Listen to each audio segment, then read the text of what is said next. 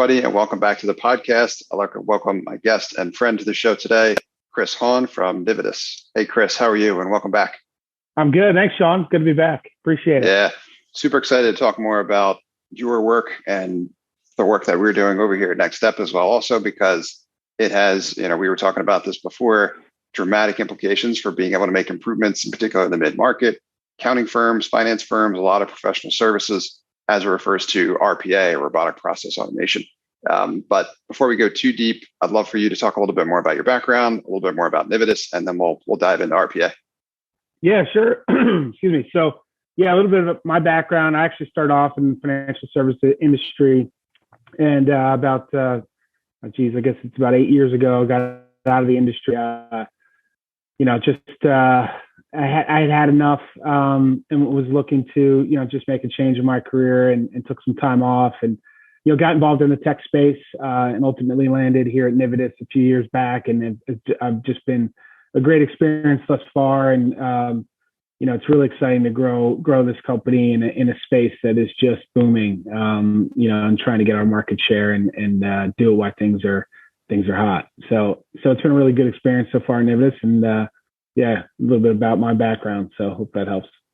Definitely. And agreed. It's a very exciting time for sure, especially given the work that we do, but our backgrounds are also similar as well too. I spent a greater part of about 10 years in finance as well also, and focusing on the very early versions of what made for automation back then, or automating processes and receiving the ROI from it. But as you know very well, being an expert in this yourself, it has come a very long way, which is the particularly exciting element of like what's going on at the moment. So if you wouldn't mind, for the listeners to get a better idea, can you talk a little bit more about who Nividous is and what you guys do? Yeah, sure. So Nividous, 11-year-old company this summer, a few hundred employees, are coming up on about a few hundred employees. And what we focus on is helping companies identify repetitive and mundane tasks that are holding back their employees from focusing on more mission critical work, more critical thinking type of tasks. What we're able to do is train software bots that we built to execute those processes in a fraction of the time it takes an employee. So really the idea is that we're freeing them up. Furthermore, these bots don't make mistakes. So that can be incredibly valuable, and especially in financial services or healthcare, where they're highly regulated, compliance-driven industries, where mistakes are costly and we're human, we make them. So these bots work 24 hours a day, 7 days a week, not taking breaks. So the amount of workload that they can handle is massive. And it's just exciting to see how different companies are leveraging the tool to create, much more efficient processes, and ultimately save time and money, right? That's the goal, and help companies scale. That's what I get most excited about, Sean, is when we're working with companies that, are relatively early in their, in their life cycle, and they're trying to figure out how to scale, and this can be a great tool to do so.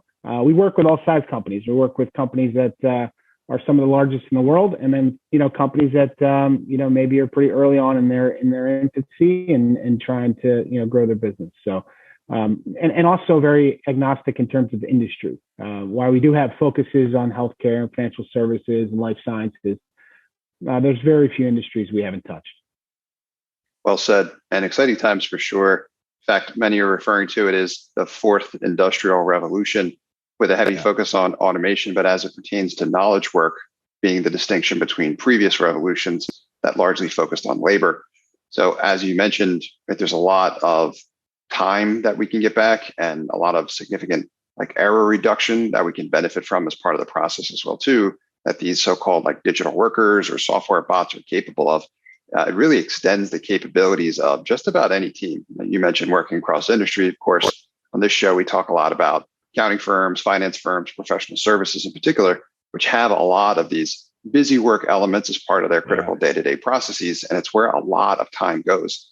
A lot of them don't even realize that how far the technology has come in terms of what it can do and how much it can automate, right? You can train almost a digital worker now up to and including portions of what you might have trained an actual team member to do before, except a lot faster, a lot cheaper, a lot more efficient, a lot less errors, all the type of stuff that you talked about. So I'd love to hear you talk a little bit more about the use cases you guys have seen or perhaps deployed to, in particular, like professional services and accounting, finance.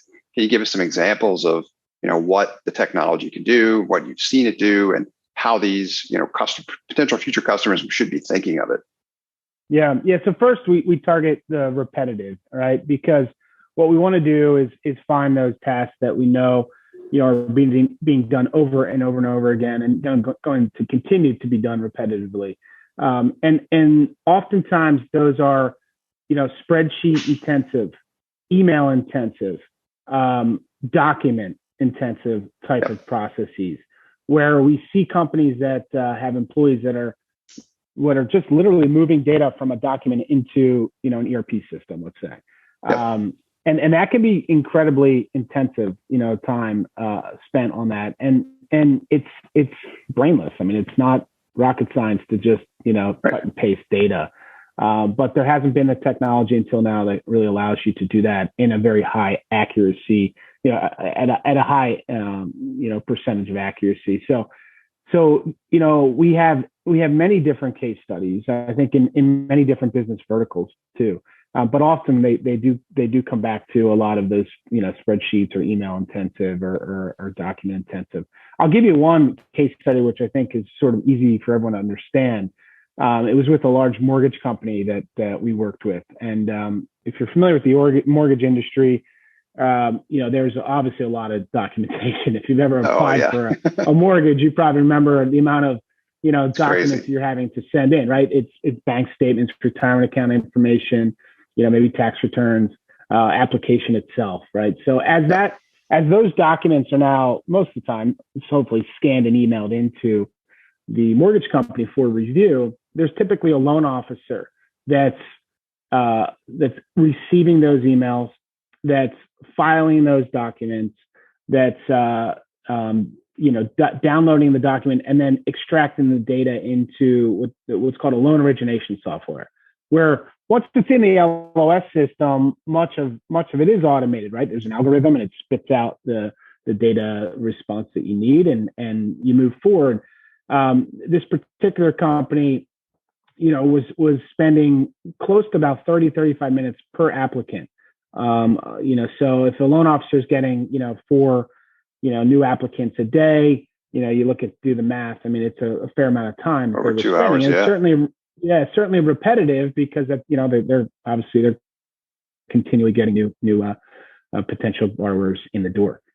So what we were able to do is train a bot to really handle this step within their process from an end-to-end standpoint. So when the email now comes into the firm, there is a bot that we've trained to receive that email.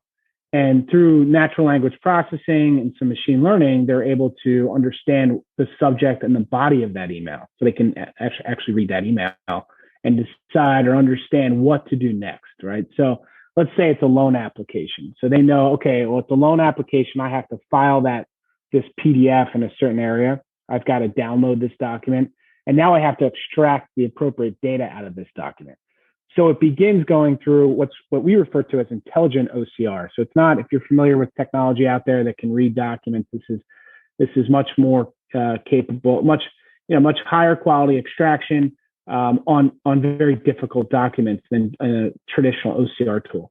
We use a lot more computer vision and other tools to extract data from structured or unstructured documents, which is crucial at 95% accuracy on average, let's say. So when they download this document, they're using this technology to pull the data and then move that data directly into the LOS system. So I'm leaving out some parts for the sake of time here, but you can understand the impact on this. So if we talked earlier about this taking 2 hours a day of a loan officer's full workday, then if we're able to, these bots are able to do that in 3 to 5 minutes per applicant. So one bot has been able to handle almost the entirety of their loan officer's workload when it comes to just getting data into their system and saving them a massive amount of money and time over the course of a year.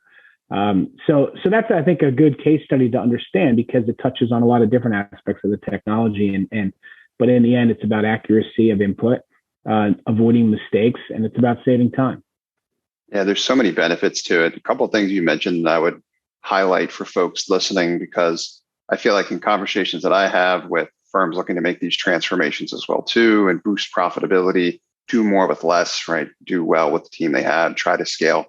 They get overwhelmed when they start thinking about technology and tools and software and all these acronyms and stuff like that. But you can really boil it down to being pretty simple, right? I mean, the examples you gave, we're talking about spreadsheets, email. These things are ubiquitous. You're very comfortable. You're very familiar with all these things, and you probably spend a lot of time with them. Perhaps if you are a firm, accounting firm, finance firm, whatever, if you add up how much time, like the example you just gave, that you're dealing with, filling out forms, using spreadsheets, working with email, that adds up to a tremendous amount potentially over a long period of time, right? 2 hours a day, and a given, like, let's say 8-hour shift, you're talking about 25% of this person's time every day is going into doing this work. So if you're able to automate that and get even conservatively half that time back, you're talking about an hour a day, which is dramatic, right? This is over the course of an entire team, over the course of a year. That adds up to tremendous amount of time savings, tremendous amount of cost savings, more than likely a significantly more accurate process, because the tech is doing it now as opposed to people, which, boring, repetitive, time consuming, draining tasks like that can really lend itself to being more error prone. And then on top of all of that, like you just mentioned towards the tail end of telling that story, you can now, you don't just get that time back, you can reinvest it elsewhere, right? Like finding more people that want to apply for loans, boosting your bottom line, right? Doing more with the team you already have, you can reinvest that time back into higher profit generating activity, right? So it's a win across the board. Right. You're exactly right. I'm glad you brought that up, because you think about that now, you have 2 hours of additional time for these loan officers that can focus on business development, right? So the impact of that is sometimes hard to quantify early on, but over time, I mean, it has a big, big impact. And that's a lot of what we talk about as a company when we're sharing this capability to our potential customers. Is this is a great resource to employees, right? Oftentimes, this can be looked at as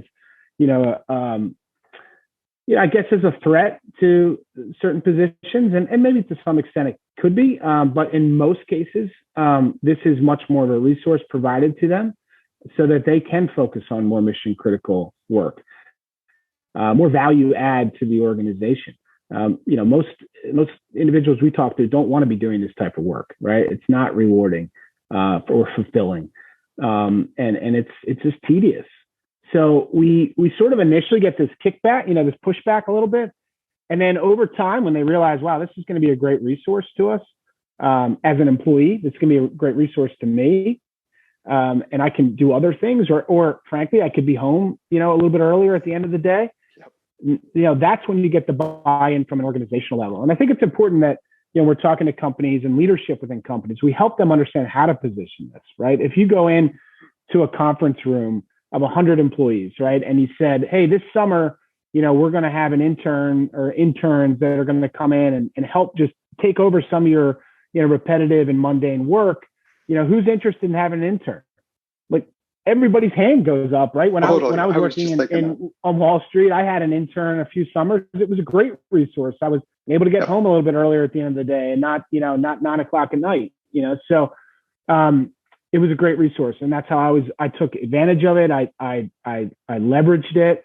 And then when I came here, I started to realize, wow, a lot of this work that, if I look at my past experiences, if I had a bot to do, it would have been like a full-time intern, right? And so now flip the script a little bit. If you go back into that conference room with 100 people and you say, hey, we're going to, have a company come in here and review your processes, and we have this bot that's going to learn what you do and take over some of that workload. Like, who wants to sign up for that?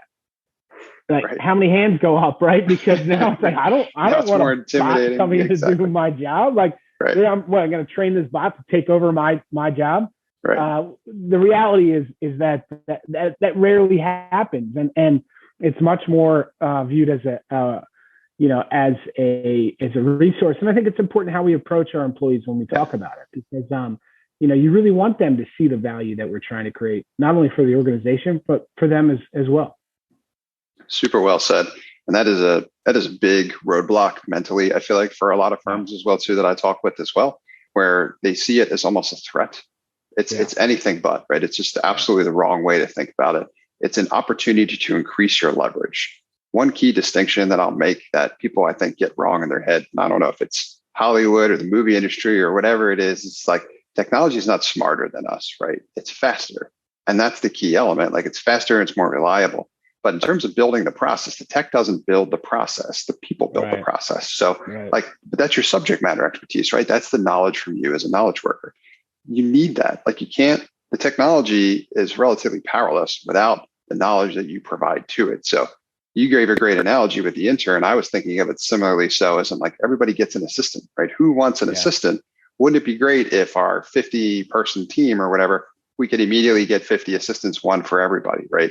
But would that be in the budget to be able to do so if we were hiring people? Would it even necessarily work because of how much time that is? Are there even 50 assistants that we could go hire in short order? Probably not, right? But having a digital worker or a bot or the opportunity to like train some automation software in order to be able to take over, like you said, the boring, routine, monotonous, error-prone work, that probably the stuff you hate the most about your job. Why would you not want to give that up? And then you can do whatever you want with the time you get back, right? You're automatically capable of doing more with less. And you can repurpose that into something more creative, more exciting, right? It increases the impact you can have at your firm, the value you're delivering for your organization, or focusing on the work you're most passionate about. Or like you said, occasionally you could take the time back, right? Maybe your 8-hour shift becomes 6, and now you're capable of doing more in 6 hours than you used to be able to do in 8. Yeah, you couldn't have said it better. You're exactly right. So excellent examples, and really helping folks, I think, get over some of these mental roadblocks and how they should think through better leveraging this technology and how it is going to help and really transform the industry, especially for those folks that are going to take advantage of the opportunities they have in front of them to deploy it in ways to make a greater impact. I would love to hear you talk a little bit more about, for the firms that are getting excited about this conversation. I hope they are. I know I am. But I'm a little biased, of course. What should they be thinking about in terms of next steps? Like, if they want to learn more, if they want to consider leveraging this tech at their firm, what's the best advice you have for them? Yeah, I think obviously the first thing to start to do is your own due diligence. There's a lot of different, platforms out there. For us at Nividous, we feel like we've created some major differentiators in what we do. So if I'll be a little biased here, I'll share a little bit about those because I think it's important. So our platform is not just robotic process automation or RPA. What we've added to it is a full BPM platform, or business process management. Really helps map out workflow and provide especially leadership insight, or ways that they can analyze the process or touch the process at different points, and many different departments can engage with the BPM tool throughout a process. So it's a very powerful tool. Mostly it's enterprise, tool, widely adopted with large companies. What we've provided is this capability to smaller businesses as well, or larger companies that don't have a BPM platform. So it's embedded into our tool, and it's a very important component to it. In addition, we have a lot of AI and machine learning built into our product, and it's all proprietary. So we're not leveraging, IBM or Google to build our AI and machine learning capabilities. It's all embedded into our tool. So what you see is a lot of natural language processing capabilities, computer vision. Computer vision is a great tool when you're analyzing documents. So we call that intelligent document processing, and that's where we do a lot of business on extracting data from documents. And computer vision is the same technology that your smartphone uses to recognize your face and open up your phone without having to go through a password, or autonomous vehicle would read a street sign using computer vision. Well, that's built into our product. So when we look at a document, we can train a bot to extract data from that document, no matter how it shows up on that form.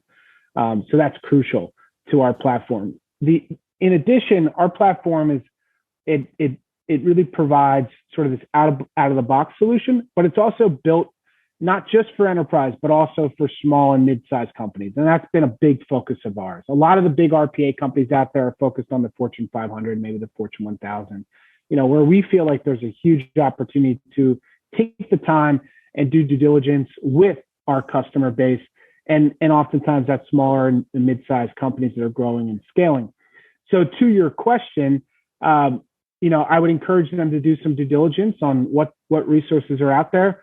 When it comes to, identifying a few that you think would fit, we always suggest to go through a demo, like see these bots in action, right? It adds a lot of clarity and it shows the capability on what these bots can do, especially when you have AI and machine learning and VPN built into it like we do.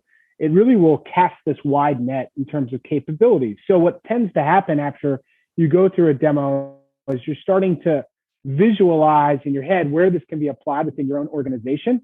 And then it gets a little bit tricky because what tends to happen is it's hard to figure out where the heck do I start? Like, yeah, I get it. I know I should be doing this, right? Like the numbers are there. According to Gartner, 90% of enterprise organizations globally are going to adopt this technology by the end of this year. And that number is going to triple by 2024.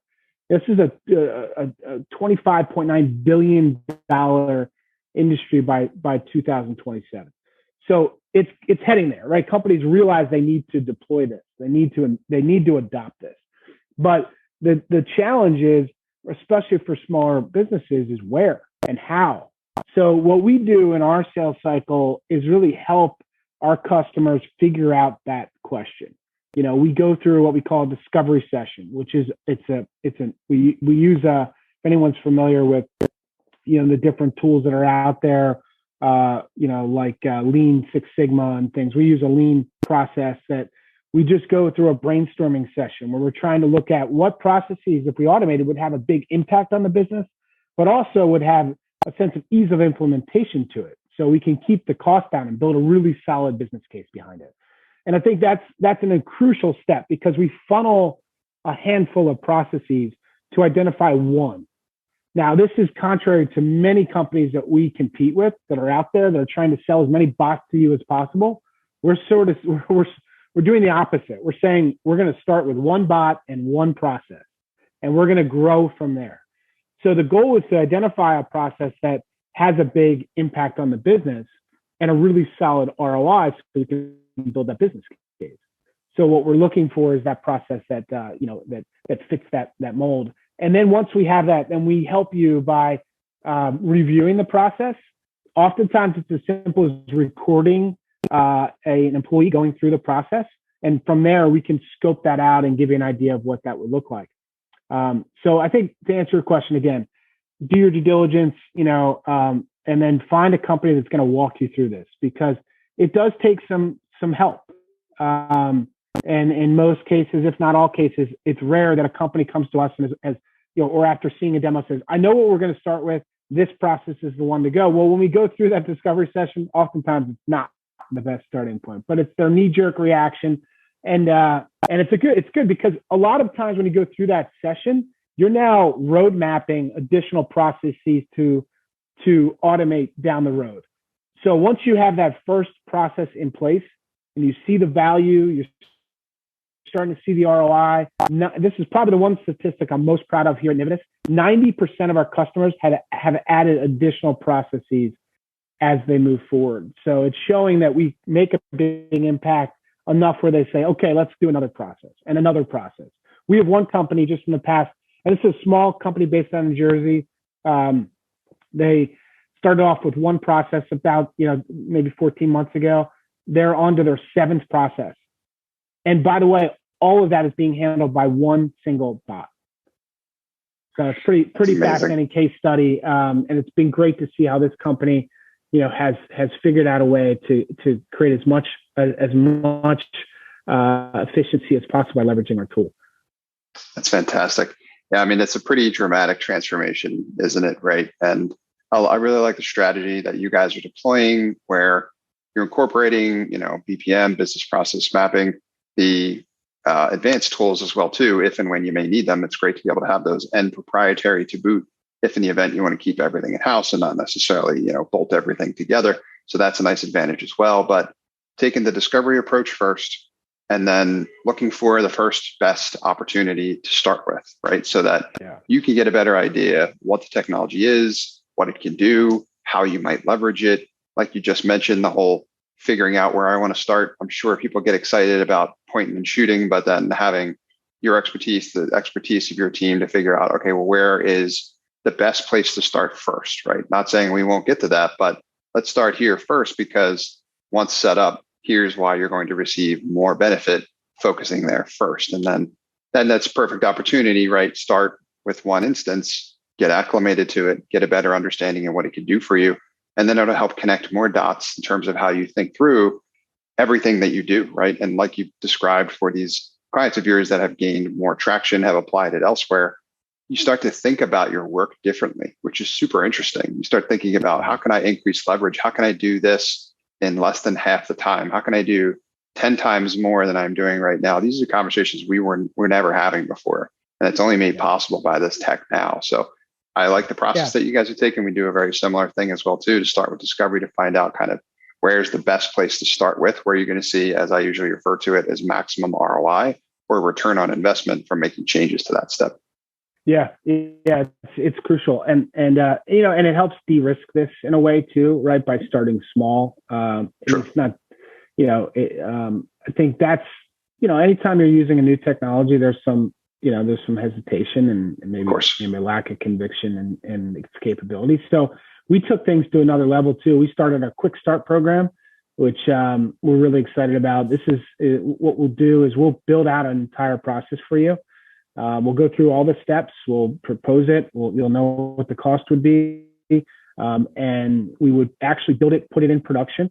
So once it goes past user testing, and you say, okay, this is what we wanted you to build. Let's go live. You have 30 days from that point to try it out. After 30 days, if it's not doing what you expect or you're not happy with it, you can walk away. We don't invoice you. There's no strings attached. It's a great way to test this out. No other company I've come across is doing that, but we're willing to put our money where our mouth is. And so far, it's been a very good decision, both for us to get new customers and for our customers to get more comfortable and de-risk this for them. So that's something that we're excited about. Not only starting small or willing to start small, unlike many other companies out there, but then also even willing to let you try it out. It's amazing. It's fantastic. I really like that approach, right? Isn't like, give it a shot, see how it works for you, right? Low on the commitment scale, see if it delivers the results you're hopeful for. If so, then we'll find new exciting opportunities to expand from there. So love that approach. You mentioned demo, which I would highly encourage everybody to obviously do with you, kind of learn more, see the technology in action, get your questions answered, that type of thing. Where can people go to connect with you or find out more about how to get a demo? Yeah, I would direct everyone to our website initially, nividous.com. Nividous.com. That's there's a ton of great content on our website. You can get access to a lot of case studies in your industry. You can get a ton of different information on, just the industry as a whole and some of the statistics that I shared today and how much this is a growing space. There's webinars that we've done, podcasts, all sorts of great content on there. So that's the first place I would direct them. The other is just shoot me an email. It's chris.hawn, Hawn, at nividous.com. I'll even give out my cell phone, 610-247-6365. So shoot me a text message if you want to reach me that way. But we've got a bunch of good people that are willing to talk to you about what we do. But, the demo is a great starting point because I think it's just a good way to, like you said, just, get to see it in action. Fantastic. Thank you for sharing, Chris. And we'll link to all of that in the show notes as well, too. Thanks for being here and sharing the knowledge with our audience, man. Very valuable stuff. Yeah, my pleasure, man. I'm excited that you invited me back on. I'm excited to hear your enthusiasm in this space. I know that you can create so much value for your customers by educating them on ways that they can leverage this, but just strategy as a whole. I think that's what I've always had so much respect for you. You're a great thought leader when it comes to strategy, and that's where we connected years back. And I always like picking your brain. I think we've had more conversations about how I'm trying to pick your brain on things we can do here as an organization better. So I leverage you as to that extent. But it's always great to have a friend that you can go to and get great ideas, and that's what you always share with me. So it's a pleasure to be on this podcast, and I always love talking to you. Well said, my friend. Very kind words. Thank you for that. And likewise, it's been an awesome relationship. I'm very excited to continue to work together and provide a lot of value for firms and just geek out about this tech and what it can do. Let's do it. Awesome. Thanks for being here, Chris. I really appreciate it. All right. Thank you. Thanks for listening to this episode of Accounting Automation. I hope you found it valuable.